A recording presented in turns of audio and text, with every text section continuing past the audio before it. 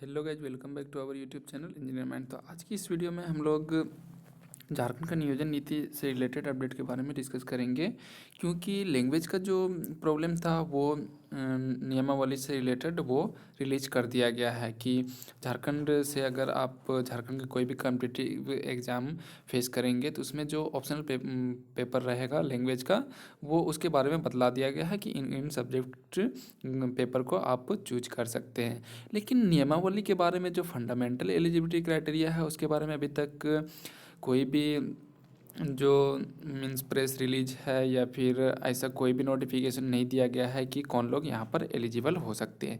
क्योंकि जब से 10th और 12th मैंडेटरी को रिमूव किया गया है और हाई कोर्ट जो पहले कंपलसरी था जिसके बेसिस पे जिस नियोजन नीति के बेसिस पे वैकेंसीज आई थी हाई कोर्ट से रद्द हुआ है, उसके बाद फिर से जो नियोजन नीति बनाने वाली थी तो उसमें अमेंडमेंट किया गया है कि 2016 वाला जो नियोजन नीति है वही लागू करेंगे। और उसमें कुछ आंशिक बोला गया था, मैंने आप लोगों को बताया भी था लास्ट वीडियो में कि उसमें बोला गया कुछ आंशिक अमेंडमेंट करेंगे और मीन्स उस नियोजन नीति को 2016 से पहले वाले नियोजन नीति को लागू करेंगे। तो आंशिक जो था मीन्स बोलने का मतलब ये था कि जो 60-40 है इसमें अब अमेंडमेंट करेंगे, या फिर जो कुछ मैंडेटरी क्राइटेरिया है जैसे कि झारखंड से रेसिडेंशियल, तो या फिर 90% की बात रही या रेजिडेंशियल मैंडेटरी किया जाएगा। तो इसके बारे में अभी तक कन्फ्यूजन था, लेकिन गवर्नमेंट ने बोला था कि हम बहुत जल्दी नियोजन नीति ला देंगे। और आज ही मीन्स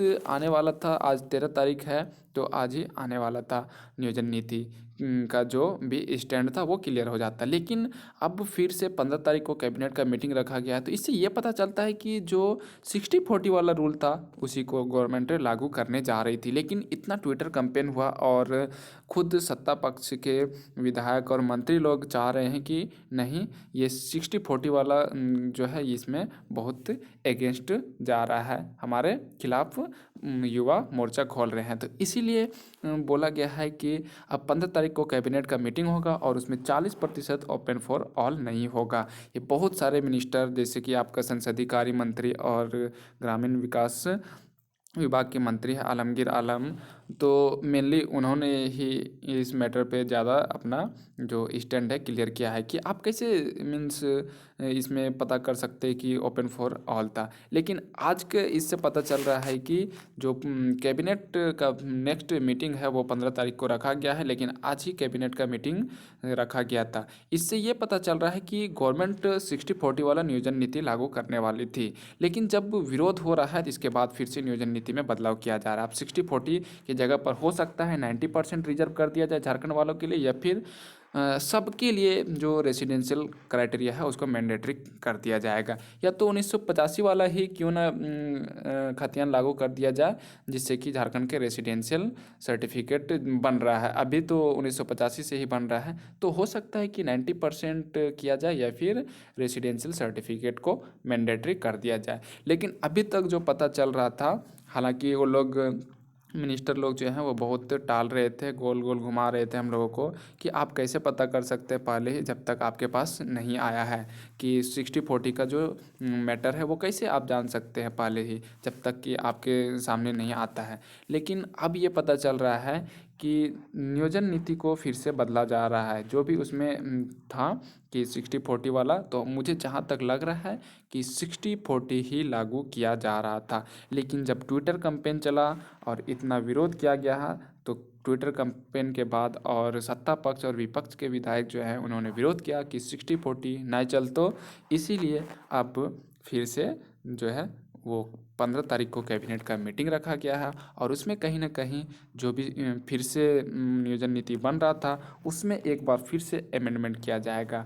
या तो हो सकता है 90% रिजर्व कर दिया जाएगा झारखंड वालों के लिए, या फिर रेसिडेंशियल सर्टिफिकेट मैंडेटरी कर दिया जाएगा। ये दोनों में से कोई एक ही फिल्टर लगाया जा सकता है, क्योंकि आपने सुना होगा कांग्रेस के विधायिका है जो कि एमएलए है, आप नेहा शिल्पी तिर्की, उन्होंने बोला कि ऐसा क्यों है जो कि 60% ही रिजर्व रहेगा, 40% में भी कुछ ऐसा फिल्टर लगाया जाए जिससे कि झारखंड के युवाओं को ही ज़्यादा से ज़्यादा जॉब दिया जा सके। और फिर आप देख सकते हैं आज का स्टेटमेंट में भी बहुत सारे मिनिस्टर ने दिया है और फिर बहुत सारे विधायक हैं जो कि अम्बा प्रसाद हैं, उन्होंने बोला कि हम चाहते हैं कि 90% झारखंड के युवाओं के लिए रिजर्व कर दिया जाए और या फिर रेसिडेंशियल सर्टिफिकेट को मैंडेटरी कर दिया जाए, चाहे वो किसी भी कैटेगरी से हो। तो इससे ये होगा कि जो 40% ओपन फॉर ऑल होगा ये नहीं हो सकेगा। यहाँ पर सिर्फ वैसे लोग ही अप्लाई कर पाएंगे जो झारखंड के होंगे। तो कहीं ना कहीं अब लग रहा है कि गवर्नमेंट फिर से जो है झारखंड नियोजन नीति को बदल रही है, क्योंकि जो चांसेस लग रहा था 2016 का ही नियोजन नीति लागू करने जा रही थी। आंशिक बदलाव बोला था लेकिन गोल गोल घुमा रहे थे। जब इतना विरोध हो रहा है तब फिर बोला जा रहा है कि अब हम लोग जो 60-40 वाला नियम है इसको लागू नहीं करेंगे, आप लोग चिंता मत कीजिए। तो जब 40% ओपन फॉर ऑल नहीं होगा तो क्या अदर स्टेट के कैंडिडेट्स भी एलिजिबल होंगे? तो यहाँ पर एक क्राइटेरिया है कि अगर 90% रिजर्व होता है तो 10% में अदर स्टेट के कैंडिडेट्स अलाउ हो सकते हैं। मीन्स अगर 1000 वैकेंसी आती है तो 100 सीटों पे वो मीन्स 100 सीटों पे नहीं, अगर 1000 सीट जनरल में है तो उसमें से 10% मीन्स 100 सीट पे अदर स्टेट के कैंडिडेट्स फाइट कर सकते हैं। और बात है रेसिडेंशियल, अगर मैंडेटरी कर दिया जाएगा, कंपलसरी कर दिया जाएगा तो सिर्फ झारखंड के कैंडिडेट ही इसमें अप्लाई कर सकेंगे।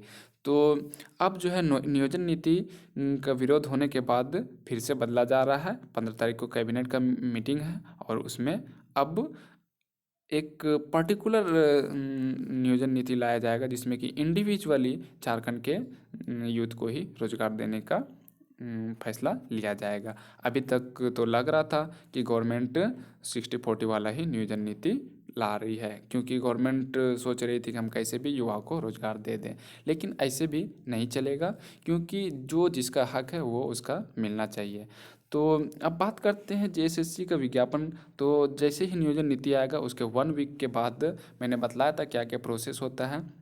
कार्मिक विभाग को भेजा जाएगा, कार्मिक विभाग फिर स्टाफ सिलेक्शन कमीशन जेएसएससी को भेजेगी और वहाँ से फिर सब जो अधियाचना है डिपार्टमेंट के थ्रू भेजा जाएगा और फिर उसमें जो भी देखा जाएगा कि कितने डिपार्टमेंट से कितनी वैकेंसी जाई, कितनी सीट आई है और फिर इसके बाद एडवर्टाइजमेंट आ जाएगा। तो उम्मीद है अगर ये सब 4-5 दिन 1 वीक में हो जाता है, मीन्स 20 या 25 तक, मार्च तक हो जाता है, तो अप्रैल फर्स्ट वीक से जितनी वैकेंसीज है सब आने लगेंगी। तो आप अगर झारखंड के वैकेंसीज की वेट कर रहे हैं तो आप प्रिपरेशन करना स्टार्ट कर दें। और जनरल इंजीनियरिंग, अगर आप जूनियर इंजीनियरिंग जेएसएससी जेईई की प्रिपरेशन करना चाह रहे हैं तो जनरल इंजीनियरिंग का प्रीवियस ईयर कवर करा रहे हैं मैं अपने चैनल पे। और अगर आप सीजीएल हैं या फिर कोई भी नॉन टेक्निकल है तो उसके लिए 40 क्वेश्चंस जो जेएसएससी जेईई में पूछा गया है, जीके जीएस रीजनिंग, जिसमें कि कंप्यूटर भी है और करंट अफेयर्स भी है, तो वो आप हमारे चैनल के माध्यम से देख सकते हैं। तो उम्मीद है आपका जितना भी डाउट है वो सब क्लियर हो गया होगा। तो कमेंट करके अगर कोई भी डाउट है तो पूछ सकते हैं, मैं आपको ज़रूर रिप्लाई करूँगा।